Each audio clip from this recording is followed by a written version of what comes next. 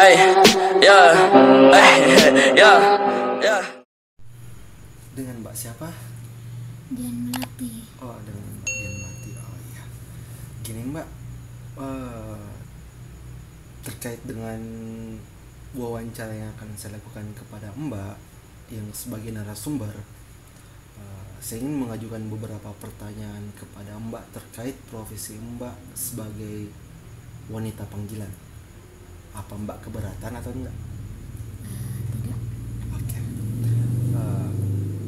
Ini Mbak, mengapa sih Mbak kerja menjadi wanita panggilan? Ada beberapa faktor yang membuat saya itu harus bekerja sebagai wanita panggilan. Yang pertama itu paling umum sekali adalah faktor ekonomi. Yang kedua itu faktor keluarga dan faktor lingkungan. Itu saja sebenarnya. Adakah masalah dari lingkungan keluarga sehingga Mbak terjun ke dunia seperti ini, ataukah ajakan teman gitu Mbak? Pertama-tama itu karena ajakan teman dulu, tapi berhubung faktor ekonomi di keluarga juga, jadi ya begitulah, namanya manusia pasti hilaf. Kalau boleh tahu Mbak, apa ada dari keluarga Mbak yang mengetahui profesi Mbak seperti ini, atau hanya teman-teman Mbak atau yang kenal-kenal dekat dengan Mbak aja? Oh, kalau untuk keluarga sama sekali tidak ada yang tahu, karena saya juga jauh dari keluarga, jadi teman-teman saja yang tahu, intinya teman-teman yang dekat. Kalau yang keluarga saya tidak mau ada yang tahu. Jadi ceritanya Mbak kerja gini kucing-kucingan ya Mbak? Iya dong. Oke deh. Gini Mbak, kalau boleh tahu, tarif Mbak itu berapa ya Mbak? Tergantung sih Mas. Malu Mas ngomong. Tergantung gimana? Tergantung. Gantungannya. Digantung-gantung Mas. Intinya kalau tarif itu sesuai sama, ada kelas-kelasnya Mas. Kalau misalkan kelas 1 itu tarifnya paling mahal, biasa itu per 2 jam itu bisa 2.500.000. Per 2 jam? Per 2 jam. 2 jam bro. Kalau untuk yang kelas 2 biasanya itu 1 jutaan. Kalau yang paling bawah 800, paling tinggi itu harganya. Biasanya 500-an tarifnya. Sehari bisa dapat sampai berapa Mbak? Nggak menentu Mas, capek Mas kalau banyak-banyak. Kira-kira aja Mbak. 1 aja cukup Mas biasanya. Nih agak mendalam sedikit ya Mbak, mau nanya. Boleh dong cerita kepada penonton channel kami Mbak tentang suka dukanya dalam kerjaan atau profesinya yang seperti Mbak? Suka dukanya itu, kalau sukanya itu ya kalau misalkan beruntung dapat orang yang baik-baik, kalau tidak beruntung dapat orang yang kasar, itu tidak baik. Itu dukanya di situ. Terus itu ada dikasih tambahan tips, tapi kalau ada yang pelit ya tidak. Kayaknya teman saya ini mau Mbak. Oh iya Mbak, nih mau nanya lagi nih Mbak. Banyak sekali Mas pertanyaannya. Nanggung Mbak.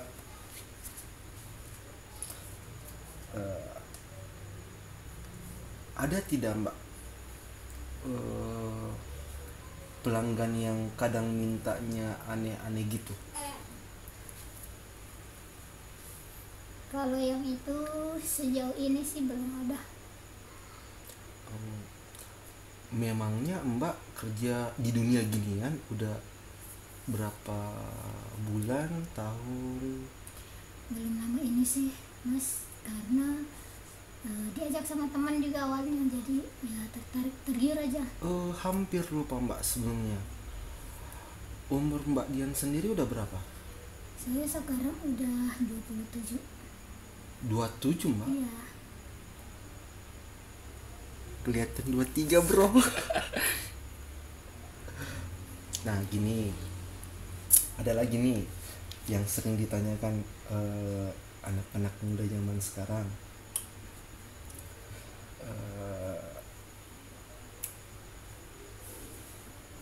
Ada nggak sih mbak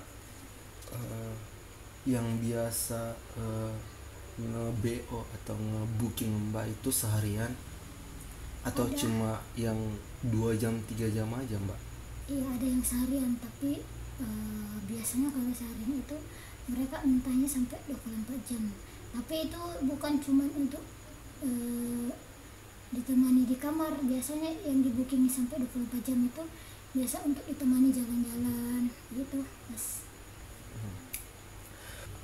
Aku mau nanya, mbak udah punya pacar atau udah punya suami atau belum kedua-duanya mbak? Mas berminat. Malah ditanya kembali mbak. Kenapa? Itu kan privasi orang, Mas. Kenapa harus ditanya? Enggak, ini kan buat penonton aja. Kan biasanya gini mbak, aku tuh taunya dari teman-teman. Kadang sih ada orang atau wanita yang kerja gini tuh udah berkeluarga. Terus kerja gini kan ada 2 faktor mbak. Ada beberapa faktor. Mungkin yang saya tahunya itu faktor yang pertama mungkin karena masalah ekonomi. Yang kedua itu masalah kebutuhan biologis. Nah mbak ada di mana salah satu ini? Yang pertama saya. Fokus dengan kebutuhan ekonomi aja. Iya, Mas. Jadi mbak, ini kembali ke pertanyaan tadi, mbak udah punya pacar atau udah punya suami? Aku janda, Mas. Aku janda, ada satu. Janda bro. Aduh, janda selalu di depan bang. Siap. Oh iya, apa mbak nggak ada keinginan buat kembali jalan ke jalan yang lurus-lurus saja? Maksud saya berhenti dari kerjaan kayak gini atau bagaimana ya mbak? Ada, Mas. Saya punya keinginan untuk balik ke jalan yang benar. Tapi pas balik ke jalan yang benar, jalannya belum dibenerin.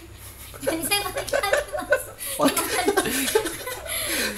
Ayo mbak, Ya, serius ya, mbak, serius. Terus, calonnya sih ada, tapi untuk sementara ini karena berhubung ada yang perlu saya hidupi, jadi untuk sementara ini belum ada. Nah, kembali ke kata-kata mbak yang tadi. Kebetulan kan ada yang mbak lagi hidupi. Nah, apa enggak mbak, ini maaf ya mbak sebelumnya kalau kata-kataku kasar, apa mbak enggak pernah berpikir untuk ngasih rezeki atau makan halal kepada mbak yang seseorang yang mbak hidup ini, atau mungkin itu anak mbak? Mungkin kalau orang-orang berpikir uang itu uang haram. Iya. Uang itu sebenarnya nggak haram, nggak ada uang yang haram. Kerjaannya saja yang haram, Mas. Jadi tidak ada uang atau makanan yang haram. Terus Yang haram itu hanya kerjaan saya, Mas. oh, amazing bro. Kalian pahami itu. Tidak ada uang yang haram. Dimanapun tidak ada tercatat uang haram. Jadi semua uang halal. Semua uang itu halal, cuman kerjaannya saja yang haram. Oke mbak, oke. Aduh, Sudah, Mas? mbak, gini. Tapi ada nih satu pertanyaan di kepala aku mbak yang masih ngeganjal nih. Kalau seumpamanya besok mbak ketemu sama pelanggan yang ngajak mbak untuk bertobat atau pindah dari kerjaan ini ke kerjaan yang lebih baik, Ya tergantung mas, tergantung jaminannya.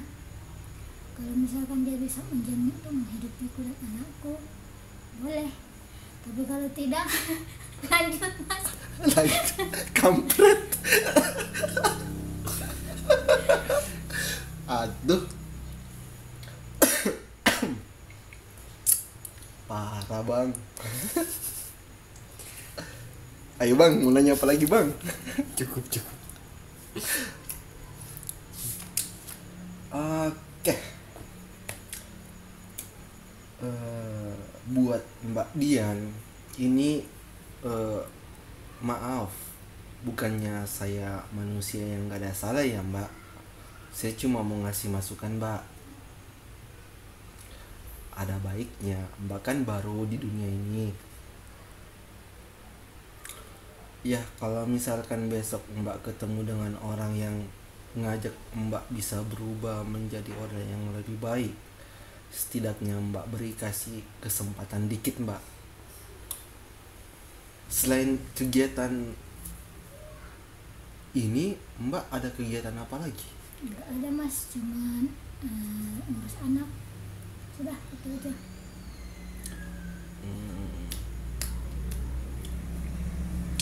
Oke Mbak, pertanyaan terakhir dari saya.